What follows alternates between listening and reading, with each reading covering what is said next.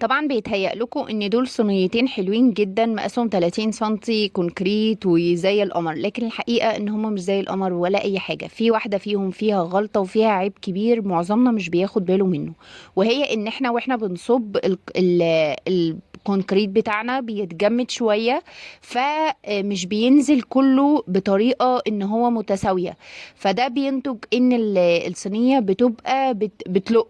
يعني ده المعنى الصريح، وده غلط جدا. المفروض الصينية بتاعتنا ما بتتحركش. شايفين الصينية التانية بصوا بتلق ازاي؟ وطبعا مهما صنفرنا اللقة دي بتبقى موجودة فيهم، لاني احنا لو قلبنا الصينية هنلاقيها من الظهر بصوا الاتنين متصنفرين متصنفرين. ولكن الفكرة في ايه؟ ان هي اصلا وهي مصبوبة اتصبت ان في حتة بقت كتلة عالية وحتة كتلة نازلة، فده ادى ان هي بقت معرجة كده من جواها، فمهما نصنفر عمرنا ما هنقدر نسويها.